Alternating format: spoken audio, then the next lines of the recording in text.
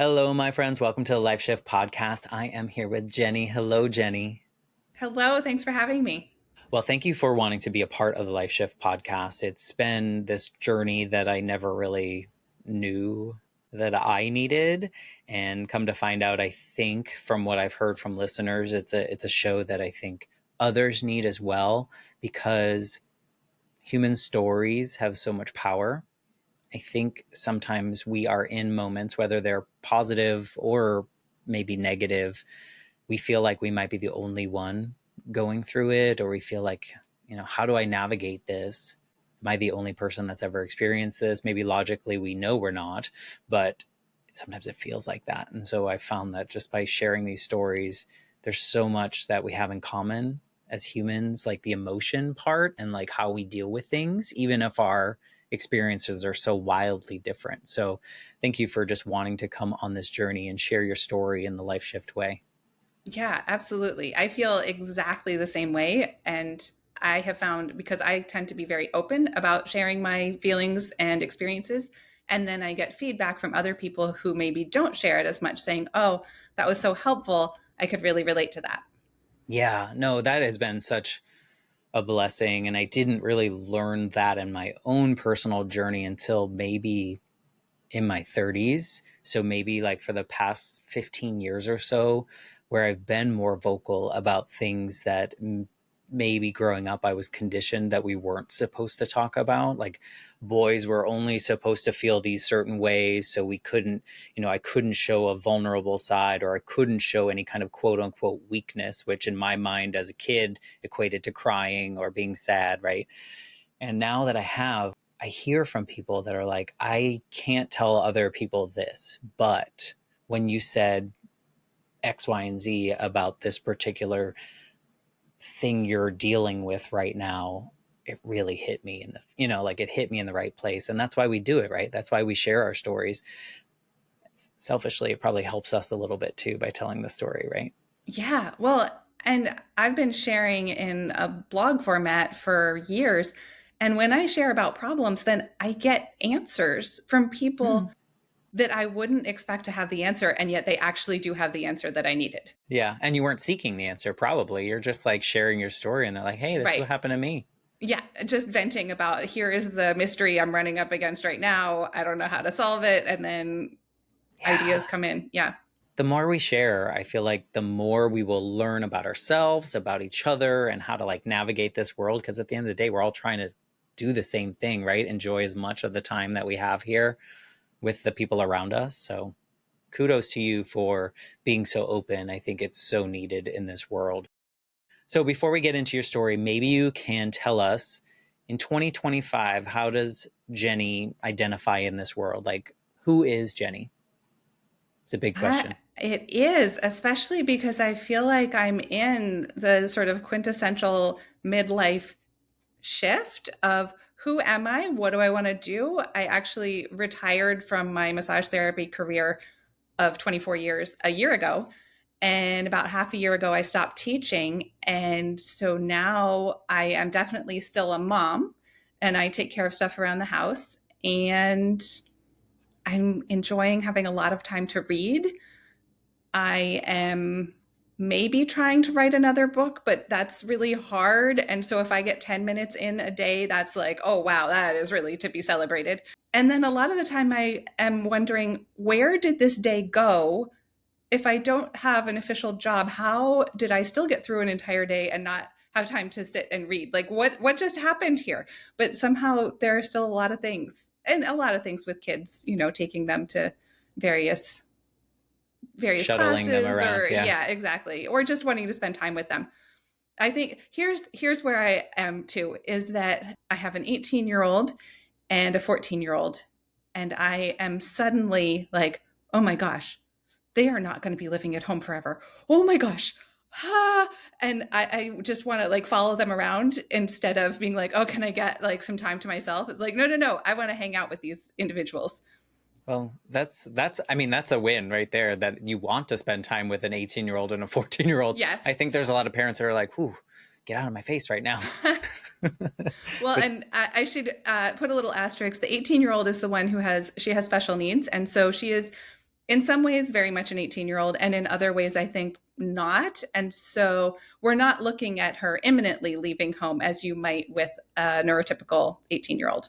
I mean, even still though, teenagers are teenagers, right? I think there's a lot to be said there. So maybe you can kind of paint the picture of your life leading up to this life shift moment, and you can go back however far back you think you might need to kind of show who Jenny was before the life shift that we're going to talk about today. I understand that we have many of them, but the one that we're centering today's conversation around. Yeah. Well, I think the most important thing from my very early years is that as soon as I realized that I could grow up and be a mom, that is what I wanted to do. And certainly there were things later that I thought, oh, I want to be a teacher, or I can't remember any other ideas of what I thought I wanted to do. The vision of myself as a teacher in the way I thought is not how it turned out to be. My dad taught third grade. I thought I'll grow up and teach elementary school. And then later I thought, oh, I'll be an English lit teacher. None of that happened. And yet I actually did become a teacher for massage and the Alexander technique, and then for my daughter. But I knew probably from like age 5 on, maybe even younger, I want to be a mom. And that stayed constant. And I also had the privilege, the luck, the blessing of growing up with two parents who really understood emotion and the importance of letting kids and adults have their feelings, and listening to me cry or rant and rave, and they were able to do it without sort of taking it personally and getting hurt, but to really give me the space to move through my emotional junk. And then I could be sparkling on the other side and do whatever it was that they needed me to do. Like I think both of them together might have listened to me for a couple hours over my fear of getting a splinter taken out of my foot. And I don't know any other parents who would be so patient, but I think that that really set the stage for how I wanted to parent. And when I met my husband in probably the first date or something, maybe a little farther in, I was like, okay, here's what you have to know. Sometimes I have big emotions and I just need to cry, and I don't want you to fix it. And I don't want suggestions. I just need you to listen to me. And he understood that and he got it. And honestly, sometimes he's better at remembering that with our kids than I am, because I'm reaching my own limit. And then he's here listening to all of us have our feelings, and somehow he's staying calm. Yeah, no, I think that's so beautiful that you had that experience. I don't often talk to people that had maybe this emotionally idyllic experience as kids, right? Like I feel like for myself it was not that way. Maybe it could have been, but we weren't like an open family in that way. Like I don't think people really shared their emotions, so I made a lot of assumptions. So like my mom died when I was 8, and my parents were divorced. And so when I moved in with my dad, like full time, there wasn't this open space where I could be like sad. I don't think like it wasn't, the door wasn't open for me in that way. So I assumed nobody wants to see that. I need to be perfect. I need to perform that everything is okay, which then becomes this snowball in like a negative way growing up, right? That perfectionist trait, the people pleasing, all the things kind of just get bigger and worse. Whereas I look at you and I'm like, wow, if you had that, maybe the snowball gets bigger in a beautiful way. It allows you like to share your story open. Like you were like, I'm very open and all that stuff. And maybe that because you were conditioning, almost like working that muscle out, it becomes even more beautiful, like this big snowball. Do you see that as true, or am I like way off in this dreamland? Yeah, I think that makes a lot of sense. I will also say I also aspired to perfection, and like especially in school, and wanting to be the good daughter. And I don't think any of that pressure was coming from my parents, except maybe in that was like the, I don't know, in our DNA, the heritage that we were breathing of just like, well, we do well in this family. But they never were putting the pressure on me. I was the one being like, I have to stay up to do this homework assignment. And my parents are divorced, but they handled it in such a beautiful way because they wanted to support me. So they told me together, they listened to me cry, and then they split my time equally.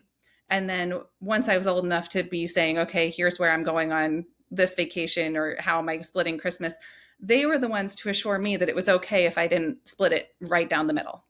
They wanted me to just not be stressed about it. I was still stressing because I'm very good about being stressed and worried.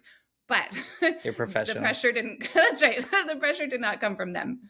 Did your parents have families like that? I don't want to go like back into your entire lineage, but did like your parents come from families that also were fairly open and understanding? Or was this like they were breaking the mold? I think they were breaking the mold. Yeah. So sometimes we become our parents and sometimes we become different people because of what we experienced from our Mm-hmm. parents, right? Yeah. And so it sounds like they broke that and then you were like, no, let me continue that. Yeah. Well, that's good. At least you didn't go against the grain. Yeah. So you met your husband. He's like, yep, I will listen to you, which is so important. The power of story and just being heard. I don't know if validate is the right word, but like validated in the sense that what you feel matters and it's correct for you. Yeah. So you met a good person for what you needed at the time. Yes. And I think also that he just does have a more even keel through life. Like if he loses his temper, I know things are like serious, you know.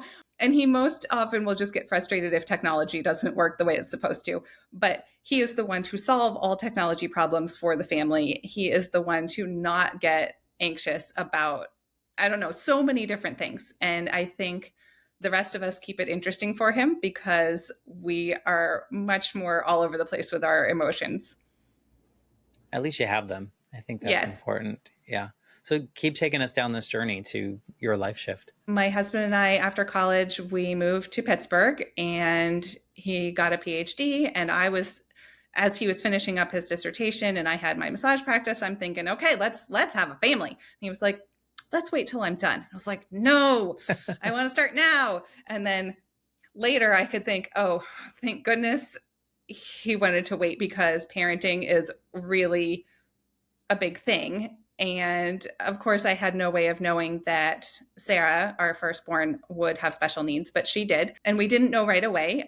She was full term and she was tiny, but we went home normally. And then she was having a little trouble with nursing, but that again, common. I needed La Leche people to come help me. And the doctors were a little worried that she wasn't gaining weight enough before my milk came in. So we were supplementing that. Then everything started, it seemed like it was going okay. But as the weeks passed, then we were noticing in comparison to other kids, because I was in, little mom groups, that these other kids were starting to do things and she was not. And she had a few seizures when she was 6 through 8 weeks old. And that also was like, what is happening? Mm-hmm. We went Scary. to the hospital and got her tested and they were like, oh, they're benign. And but still, that was probably when my antenna first started waving around of like, is something different? And then by the time she was 6 months old, it was really clear that something was different. And she wasn't reaching for toys. She wasn't sitting up. She wasn't rolling over. We started getting early intervention coming to the house. So she was getting physical therapy, occupational therapy. I was seeing lots of doctors because nobody knew what's going on here. And so What time lots of period was this? tests. She was born in 2007. So How were you feeling during that too? Like what were you, because you wanted to be a mom your whole life. And so this was your experience and I'm sure the picture that you had painted for so long was a little different. Maybe not wildly different, it but maybe a was. little bit different. How are you feeling during this? I probably was all over the map of sometimes, I could take her for a walk and be lost in how she was the cutest baby ever, which I know all parents have the cutest baby ever, but she really was the cutest baby ever until her sister was born, who was also the cutest baby ever. But there were those cozy moments, or she's nursing and we're snuggly and like everything's great. And then I think it was more when I was seeing the comparison of how she was not doing things that then it was like, oh, this is uncomfortable. I feel maybe a little lonely with this or trying to hide it. And then with the testing, that was, it was like equal parts scary, but also we wanted the information. And it was a lot of time of taking her places. And they wanted an MRI and, they wanted to sedate her and they did. And then when she came out of it, she was upset and not settling as quickly as they wanted. So they wanted to give her drugs. And luckily, I knew a music therapist on staff and I asked for her to come. And that helped. That solved the problem, actually. She just was more soothed and sort of like woke up fine. But it took until she was a year to get a diagnosis, which that actually, even though I've written a book and I'm very open about everything, that is the one piece of information I don't share, mainly because I want her to be able to come to that decision. And I don't want anyone who's inspired by my story to think that they need to have the exact same diagnosis for their kid. It was hard, maybe hard and a relief to get the answer and to say, oh, we're not making this up. It's not something that I have done wrong, because boy, did I think it was something. Did I eat the wrong thing when I was pregnant?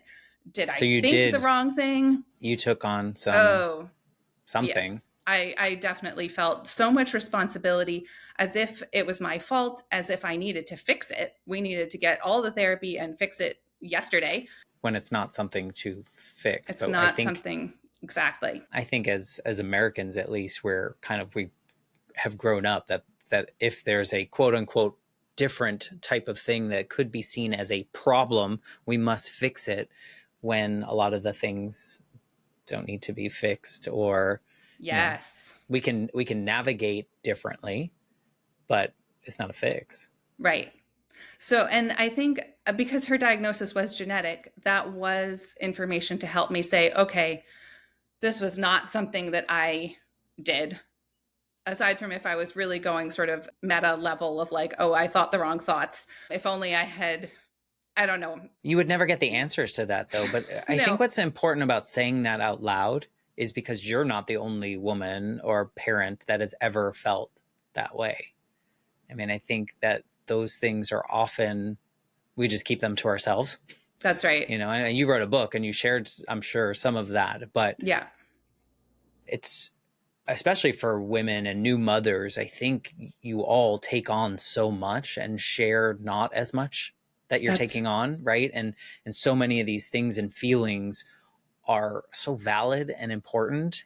And even the ones that we think, oh God, if someone knew I was feeling this way right now, they would judge me as a bad person, as a bad mother, as a bad whatever. I'm sure did you have those feelings of like, I can never tell anyone that I feel this way right now? I actually did. And yet I also wrote about it in my book. There was a moment after Sarah was born, I was, I'm still recovering, so sore, so tired, more tired than I can ever remember being in my entire life. And I was holding her and she was crying. And I saw the corner of a dresser and I was like, if I just whap her head on this will end and I can go back to sleep. And of course, that's horrifying, absolutely horrifying. And I didn't do it. But I think for me, that really highlighted how exhausted I was. I had nothing left to give. And I think for her early years, a lot of the time I was tired, not in that same like physical tired, but I was very emotionally tired, because I was always thinking, if I just do XYZ more, then somehow she will get to where she needs to be, even though we just had almost more questions than answers as each day went by of like, will she learn to roll over? Will she learn to lift her head? Because she did not respond to tummy time the way babies are supposed to. Even if they're upset, they're supposed to lift their head to strengthen their neck. She would press her head into the rug. And then she didn't like to eat very much. And so when it was time to switch her to solid foods and my milk supply did a little hiccup just, to make things more fun, then she was diagnosed as failure to thrive, which means your child is not gaining weight as quickly as the medical community wants them to gain weight. I didn't want a feeding tube. I thought that would somehow highlight more that she had special needs. I was still in denial. I somehow thought we could do enough that she would pass as not having special needs. And so I just worked my butt off. I would go to the grocery store and pick up everything looking for what is the highest calorie thing. I added oil or powdered oil. You can get powdered oil to add to her food. We got super fortified drinks, kind of like Pediasure, but a different brand. I would give her ice cream, butter pats straight, anything she would eat all the time. And only if she got enough calories in a day would I think, oh, I could offer her a fruit or vegetable now, because those were so low calorie. And this is even in the pureed time before she started like chewing. And then I would track all the calories. So yeah, that was really hard and going to, or well, actually, she had PT and OT coming to the house, but then we started going to see a nutritionist. Before she turned 3, the nutritionist also came to the house. And then when she turned 3, she had to go to preschool run by the public school to continue getting early intervention. That's how it works. Somehow she did learn these skills. Like she did learn to roll over. She did learn to sit up. She did learn to walk. It was just later. So, but each thing felt like a miracle. Like when she took a tiny step or scooched forward a little for crawling, it was so huge. I guess it was when she was 4, she still wasn't talking, but she was walking. The eating had gotten better. People were starting at school or at home to feel like maybe her eye contact was starting to go away from us, like she was maybe withdrawing from us a little bit.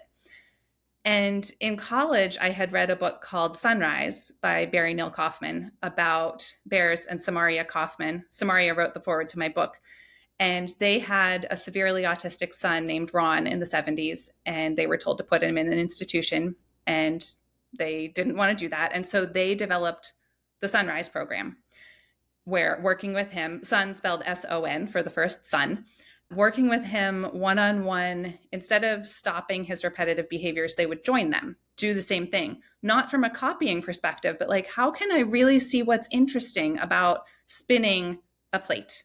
Let me show you that I love you through being with you and giving you this time and attention, and I'm not going to force anything, but I'll celebrate if you look at me for a nanosecond. And after 3 years of working with him intensively, he completely transformed. And so that's why Barry Neil Kaufman is known affectionately as Bears. And he wrote the book. And I read it in college and thought, wow, that's amazing.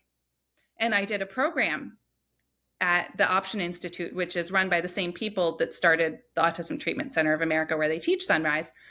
And at the Option Institute, they're helping grownups look at their own beliefs for what is maybe holding them back from being happy and enjoying their life. Of like, are you walking around feeling like you're a terrible person, but you're not a bad person? You just somehow internalize that and you're blaming everything around you, but actually it's your own hidden belief. So I did an 8-week program there. I knew Bears and Samaria. I loved them. I never thought in a million years that I would actually have a kid and run a Sunrise program, even though I thought that was so cool and amazing. And then when Sarah was in those early years, I was in survival mode. So even though I knew about it and knew it had even been used to help kids with eating issues, I just couldn't. But then when she was 4 and it's like, okay, things are coming along a little bit better. And we actually had another baby who was born in March of that year. So they're like 3 months off from each other, or 2.5, and 4 years different. And it's important to mention that Amy came into the picture because that changed how much help I needed. So when I decided finally things are a little bit better with Sarah, but also she's still not talking, what more can we do? I need like some big thing. Let me go to the Autism Treatment Center of America and get trained to run a Sunrise program. Oh, well, I'm going to need help. Someone's going to have to come be with Sarah because my husband, Carl, is still working a full-time job. So his sister flew across the country to help for the week that I was gone. And Amy was still breastfeeding. So my mom drove up with me, even though she lives in a different city. She came with me for the training to take care of Amy, and I would run in on my breaks to nurse her. And she came up 2 more times because there were 3 training sessions that I did. But the first one, I would say that was the life shift of all those bricks of guilt that I was carrying, of feeling like this is my fault and my responsibility and I need to work harder. But actually the guilt and the fear around it was stopping me from working more effectively. And I didn't even see it because I was so weighed down. And those bricks fell away because I think I was suddenly given permission to just really love her and delight in Sarah exactly as she was. And I was given concrete tools and strategies and a plan for here's how you work with her. Here's how you notice when she's available. And here's when she's not available to connect. Here's how to try teaching her language. This is what not to do. Here's how to set up a focus room if you want a dedicated playroom. Here's how to find volunteers and train them. Go forth and love your child. And I felt so light after that, and like A Did it feel little like hope? overwhelmed. Yeah, hope, so much hope. A little overwhelmed by, oh, this is a big undertaking. This is going Yeah. to be a really big deal. I remember being surprised when they were saying that I would need to designate a team leader for this program that we were going to do, and realizing that that was going to be me and being like, wait, is there somebody else? What? But of course it needed to be me because I was the one spending most of the time with Sarah and who had the time to spend with her. You know, I think it's so important about your story. The one word that stuck out to me was permission. And permission, I think you got permission from yourself, from the way that you tell your story. I'm sure, like, seeing all the other things, but it was like finally a moment where you were like, okay, this, you can let go of some of that. You can honor the fact that you had it, that you held on to the guilt, that you took on quote unquote blame for something that wasn't yours to hold. And that can exist. But we give ourselves permission that, okay, it existed. Now we can move forward with something. You're taking action. And it's really interesting how we can hold on to something. And then when we see the spark of light or like just the little glimmer of hope, everything can shift like on a dime. And you're like, I don't know if you did this, but I did this when I first got therapy like 20 years after my mom died, maybe more. And I was like, man, what if I had done this like 10 years ago? Did you have any of those feelings of like, I waited too long or I should have done this sooner? Or was it like all in the right timing for you?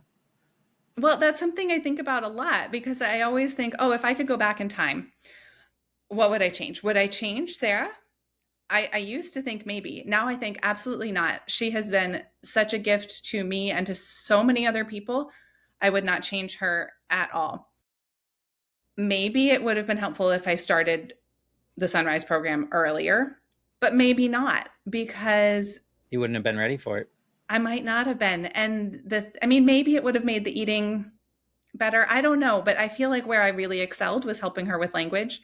And that was where we sort of entered. And as soon as I got home from my week of training, then I asked her for language in a different way than I ever had. And she gave me more language than she ever had. And I think you were talking about the things turning on a dime. Like already things had shifted in me internally, which probably paved the way. But that was the moment where it was like, oh, this is going to work. This is really going to work for us and change things for her life and ours. I think sometimes when we identify something that works, like a little inkling that works, do you allow yourself to fully believe? Do you end up with false hope? Like, what does that look like? Because I think I could go down any of those roads myself where I'd be like, this one tiny thing worked. So everything's going to be perfect and life is going to be totally different in this beautiful picture that I painted since I was 5 years old kind of moment.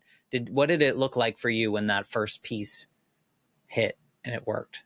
I think there was still a part of me that was hoping, oh, she will transform the way that Ron transformed and be able to go to school without help, and no one will know that we had these Oh, early so you were struggles. still holding that. I was still holding that with some part of me, but another part of me fully accepted we're going to do this program because we want Sarah to feel loved and we want to appreciate her and help her thrive to the best of her ability. And we don't need her to change at all. Where before, I think I needed her to change for me to feel okay as a parent and to be happy and enjoy my time with her. And the training really helped me see that I could want the world for her. I could want her to learn to speak, but I could let go of needing her to speak.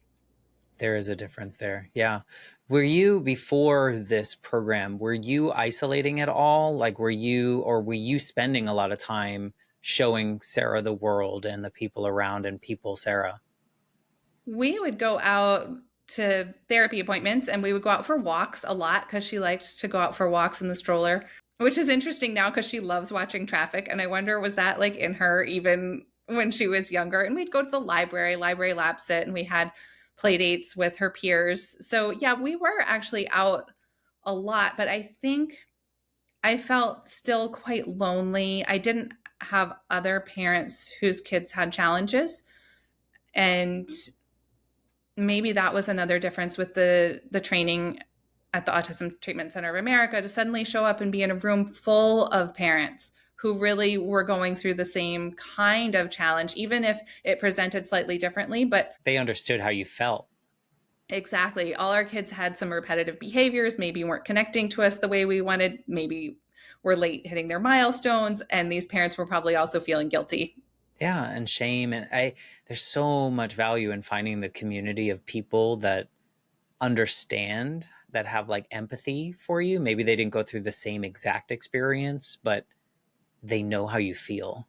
And you can finally let down your guard a little bit of like, I am a perfect mom in my way. I am not the epitome of what we've defined in a book when we were kids of what a perfect mom looks like, because that's not a thing. Like, it's not a fairy tale. None of us get to live that. But you were a perfect mom in your world, but you could let down the guards in that space, which I think is probably why you found the permission and you found the hope, because you were around people that like got you. Yeah. And I think I also felt like I understood Sarah more and how to support her and connect to her and show her that I loved her, which of course I desperately did, but it's different when you maybe don't know how to convey that, or you don't know if your kid is getting it, and to learn, oh, I can show her I love her by sitting with her, and if she's opening and closing a lid on a Play-Doh container and I sit near her and open and close a lid on my Play-Doh container, that is saying I love you. Mm, that's important. I think that's not something we're taught unless you go to a special program like this. And I mean, I asked you the time period earlier because I'm wondering if people were as vocal back then as maybe they are now about individuals and children with special needs and different ways to do it. It sounds like you found that book that was, written a long time ago, but did you find that the community was much different? Like in general, like were people talking about it and you were finding resources that were helpful to you? Or was that like the one and only resource that kind of you came back to? Well, maybe it's because it's the one I knew about, or also she didn't actually get an autism diagnosis till after I got home from the training. And then I was like, great, I'm doing the thing I know best, where I know a lot of what's out there that's supported by insurance or schools is the applied behavior analysis, and or it's called ABA therapy. That is not something that appealed to me, and I knew a lot of Sunrise families that had tried that and felt like it didn't fit for them. I also have heard of many families where it was the right fit and it did help. So I think it really depends on the family and who the practitioner is. But anything that we ever did that was remotely like that, like trying to offer a reward for Sarah to do something, like that's how we at first attempted potty training. No way, no how. It actually set us backwards. Like that was just not the way to work with her. It would have worked for me, right? And so that's what we assume, right? Like if it worked for me, then I move through. And I guess the question comes from, I think now in 2025, if a parent gets a diagnosis of their child, there's like forums, there's groups they can find, there's social media, like, and so I'm thinking this time period, were there those things? Were you able to like do your own research? Were you afraid to do your own research because you didn't know what you were going to find? Like, I feel like that's a big question of mine because I think now everything's at our fingertips. So like we could find anything in a second and have an idea, but I don't know about then. Yeah, I think it was less so then than it is now. I'm part of a Facebook group that's all for parents of kids who have the same diagnosis as Sarah, and that did not exist at first. And I did research that, and that was depressing, but also it's such a spectrum, just like autism is, of like you can get scared about a prognosis, but I don't know that it actually gives you any information about your kid. Yeah, it can bring you down a different road that you didn't need to go down. So you came home, you started some of this practice. Things were starting to work. Do things like start to immediately feel like you're getting to a comfortable growth in your own relationship and how Sarah's developing, or is it still kind of a tricky battle for you? I think it was maybe just a continual ramp up of being excited. And it was also a little chaotic at first because we were moving to a new house. So I wasn't actually ready to start a program. I wasn't ready to set up a room. My sister-in-law helped with the move and helped with the kids. And so once we moved, I mean, maybe that took a couple months to get settled. Then my sister-in-law would hang out with Amy. I would go in to the Sarah Rise room because we called our program Sarah Rise. I would just start with half an hour a day, but and that felt a little magical in there, I think, because the room made it easier to be completely focused and not distracted for either of us. So I had been implementing things earlier before we had the room and trying just the way I related to her or asked for language or celebrated when she did look at me or had some language. But having the room meant like, oh, we can really kind of settle into being together, and I'm not going to be worrying about taking care of Amy, not going to be answering the phone or looking at mail or dishes or what am I cooking for dinner, like none of that. And I started ramping up to get to do 2-hour chunks at a time. That's the ideal. But I also knew that Sonia was going to be moving back across the country. Like she had her own life going Is that on. your She had sister-in-law? That's my sister-in-law. She had come to help with the move, but like she was going back. And so then it was like, oh, okay, I'm going to need something. So I got out my binder from my training notes, was like, okay, how do I get volunteers? And I read through the suggestions and I thought, okay, let me start with just writing an email to my friends and connections in Pittsburgh. And maybe I'll also send it to people who live somewhere else so they know what we're doing and maybe they know someone. Just saying, hey, here's what we're going to do. Here's what this program has done for some other people. We don't know how it'll change Sarah, but we want to give it a try and we're very excited. And if you would like to help, I'll train you to work with Sarah, where you can be with Amy and I can be with Sarah. Or if you want to come bring me a dinner, that's awesome too. And I had so many responses from that. Like right away, I was able to start. I had help to be with Amy. I had people wanting to be trained with Sarah. And then over the years, that just kept growing. And there's a whole website called ASD Climber, which is to pair people who are running sunrise programs with people that want to volunteer. So I found some people that way. I asked one of my friends who taught at a college to send my email to her drama students because I was like, I want people who are comfortable being silly, because the whole thing, I mean, Sarah loves it when people are big and silly, and the whole idea was to play. So I wanted people comfortable with that. And I actually asked 2 different people who taught at 2 different colleges. So maybe, I don't know, that was 10, 20 emails maybe went out. I have no idea. I got one answer. But that one person was available for the summer. So he actually spent time with Sarah and Amy and became a paid volunteer because he was coming 3 times a week and spending 4 hours or more in the house. And then he was so excited about it. He really loved it. He told his friends about what he was doing. And so then his friends started reaching out to me. And then when he moved away, one of his friends stepped in to basically do as many hours as she could. And it just was the most amazing, loving community that came together. And these people with creativity and presence and thoughtfulness, and none of these were specialists. Many of them hadn't had any experience with someone with autism before. Some of them had a little, but some of that was ABA, and they were excited about the different approach. And then we did have Sarah's speech therapist who we'd been paying to come to the house. Just we really liked how he worked with her. And his approach seemed kind of in line with the sunrise anyway. And then he was open to my training and feedback, which I can imagine not all specialists would want a parent observing them and being like, okay, so in this moment, what if? But he was open to that and was part of the team. And we would do team meetings once every month or two. And I would get a different sitter to be with the kids. And then all of us who worked with Sarah would be up in the Sarah Rise room, sitting on the floor, saying like how our sessions had gone, maybe if we had questions, what did we want to work towards? We would always have 3 main goals that we were working towards. And those would kind of help give new energy and focus going forward and keep things from getting stale. The first question that comes to mind is, before you sent out this email, were you someone that asked for help from people? Not in this way.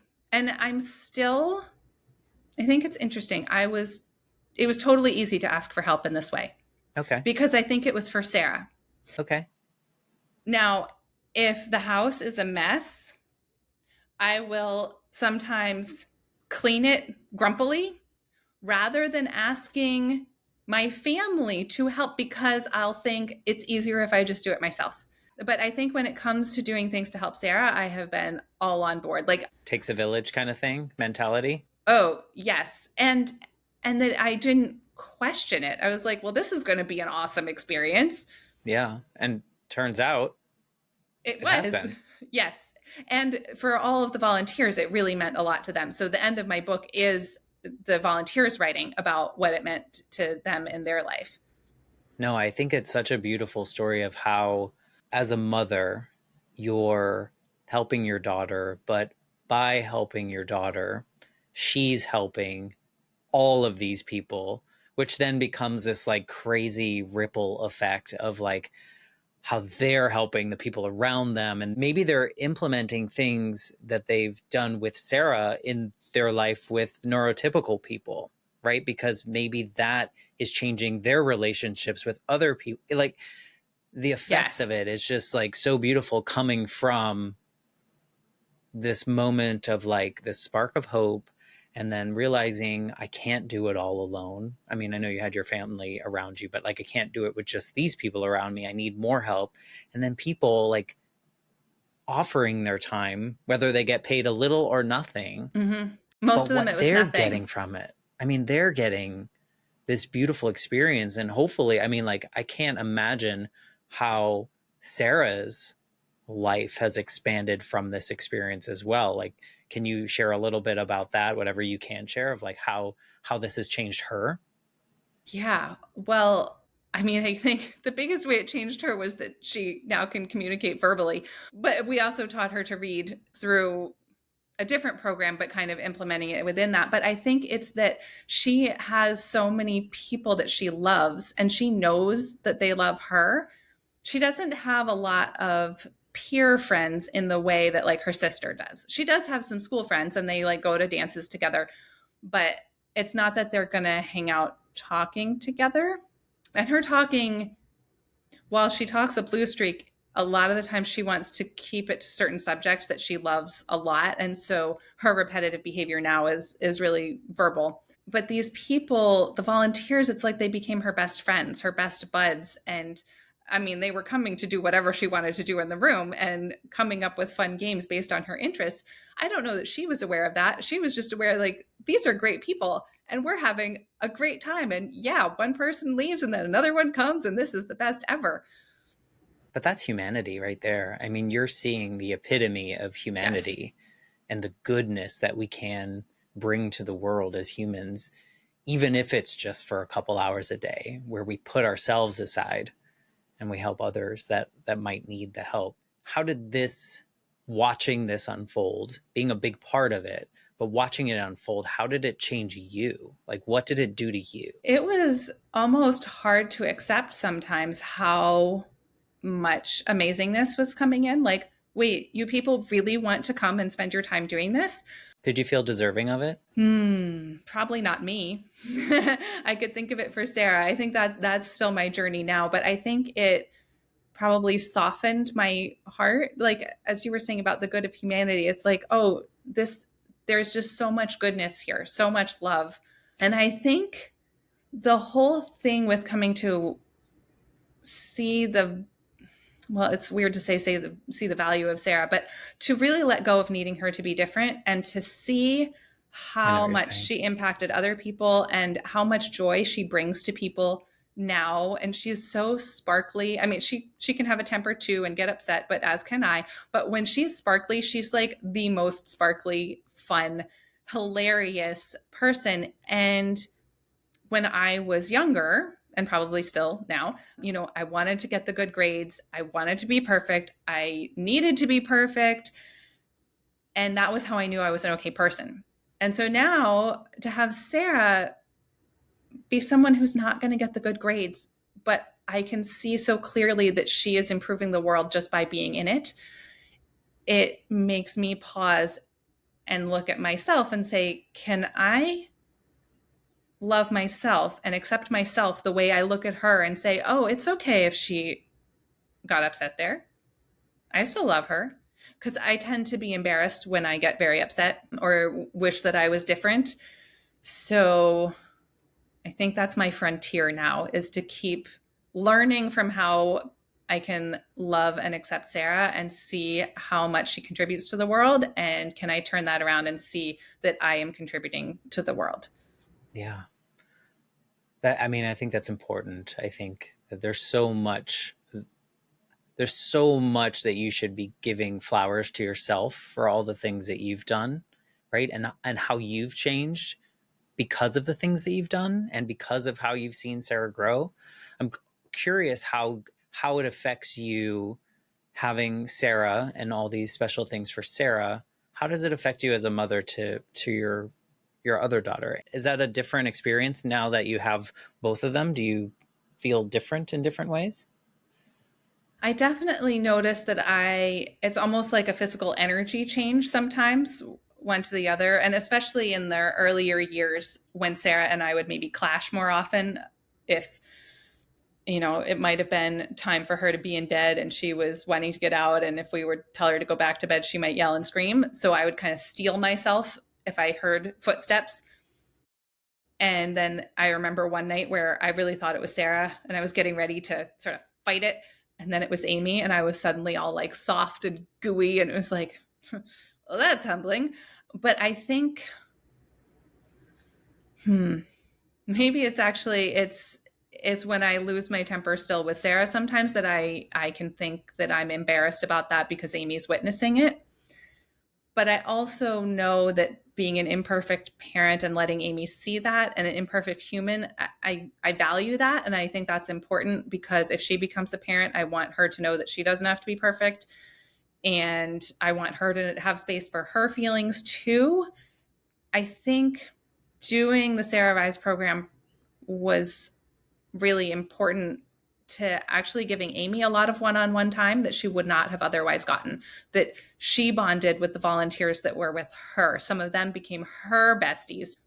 And I think she also then grew up in a home that was really over the top celebratory of each little achievement. And I don't know if we would have been that way without Sarah being who and how she is. And I mean, there are hard parts to having Sarah as a sister. If Amy needs to use the bathroom, as humans do, Sarah sometimes is fine with it and sometimes goes and screams outside the bathroom door and bangs on it. And we can't figure out exactly why the difference here or there. But I see the way that Amy moves through the world, and I don't know. She is such a sparkly ray of sunshine and she's so loving and kind. And I wonder if some of that did come from being immersed in a home where that was the real mission, and that she is great with interacting with Sarah and playing with her. She always has been. And then if we encounter people out in the world who have special needs in whatever way, I feel like she's got a space for people to be people in whatever way that is. That, again, I Other don't 14 know. year olds don't. Yeah, well, I don't know. Maybe they would. She's got a really good group of friends. And so I feel like all of them maybe would. I feel like it could go two ways. I think that question, and I'm not trying to call out anything, I think it could go two ways. I think there could be the version where the 14-year-old grows up and is resentful of the experience of all these people coming in and out and all this other stuff, or the way you describe and like embrace it, and that this is like made both of your daughters better people because of all the individuals coming through the life and caring, and I mean, we should all be so lucky that so many people come into our lives in that compressed amount of time and love us in that way. I mean, I can't imagine how much more enriched the rest of us would be if we had that experience. And maybe that's the sign from this conversation, is like, just go out and like love the people around you in the ways that they need to be loved, because that's what you did for Sarah, right? Like, she needed to be loved or shown love in a different way, in her way. We all have that, don't we? Yes. And I think we don't think about that. Yeah.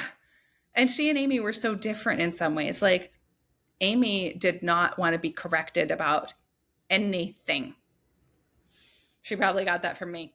Whereas Sarah has always taken correction to her speaking. Like, a million times over. And she's willing to practice saying a word so many times. Like it just doesn't phase her.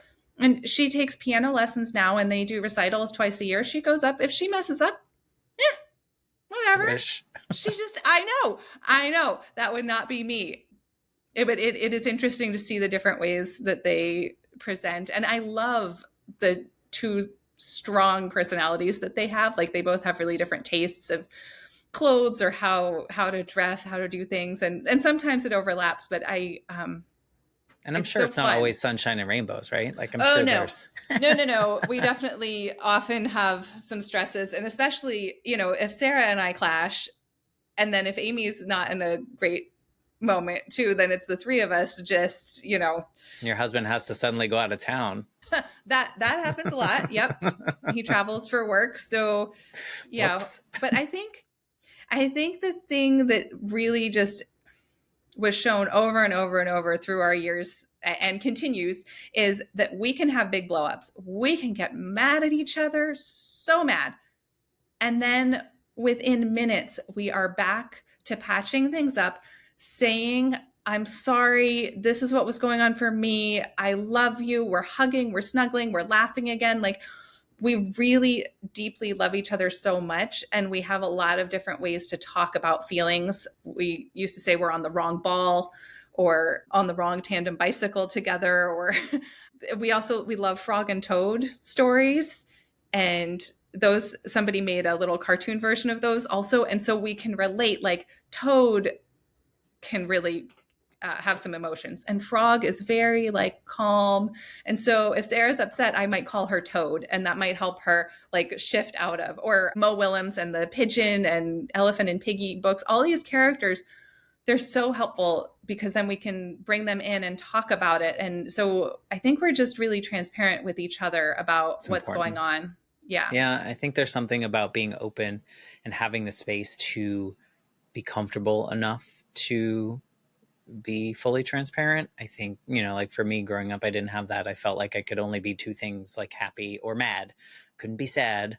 Couldn't be, I couldn't have all those other emotions. And I think there's something really healthy about that. As we kind of wrap up this conversation, I think of, I have the question, the impossible question that I ask everyone at the end of these episodes. But I feel like yours is a little different for me because I'd love to think about maybe if you had the opportunity to go back to young 5, 6 year old Jenny that was dreaming of being a mother and this beautiful experience you were going to have. What would this version of Jenny, you today, what would you say to that one about this journey? Gosh, I feel like I'm all teary thinking of it. Because I think that it helps me see that I have been a really good mom. So I You would say, have. like, you're going to be a good mom. Go for it. Yeah. Because it's not, I mean, I think we paint these pictures as kids, right? Or we paint these idyllic pictures, and like the truth is the experience that we have with all the bumps and the trips and the spin arounds and all the things that happen, that's what makes it beautiful, right? Like I feel like that's where we really can shine. It's not, it's the other version is boring in my opinion, right? Like I feel like it's like this boring like cookie cutter thing that we have up here that's not real. But like, yeah, you've been a damn good mom. Even what makes you an even better mom is that you're open to the emotions you had when you were not feeling like a good mom, because I think that's real and I think that's so relatable.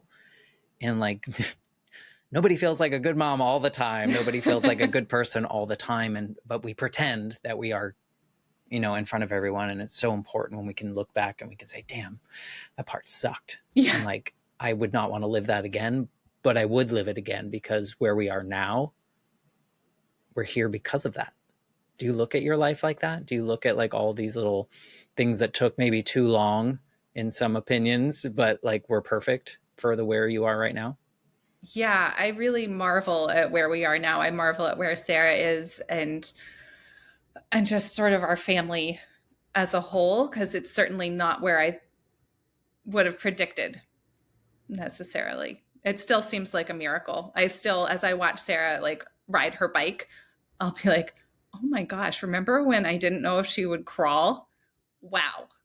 Yeah. This is a weird question, but are you glad you have this version of your life? Yes. Yes. I really, really love my life. Yeah.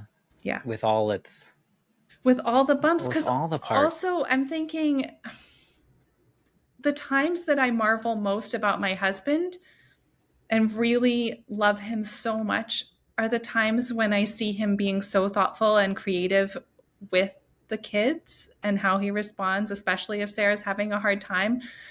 It's it's like a work of art, and that is Hmm. so beautiful. And while I'm not running a program anymore, we still actually, I feel like we have people who kind of fit the role of having a team. We have a sitter who is just absolutely phenomenal. So even though I'm not working, I still have them come to the house because they do amazing things with Sarah to help her towards her goals, and are an amazing friend to Amy. It's like, if people need, in my opinion, more than just parents to be giving good adult input.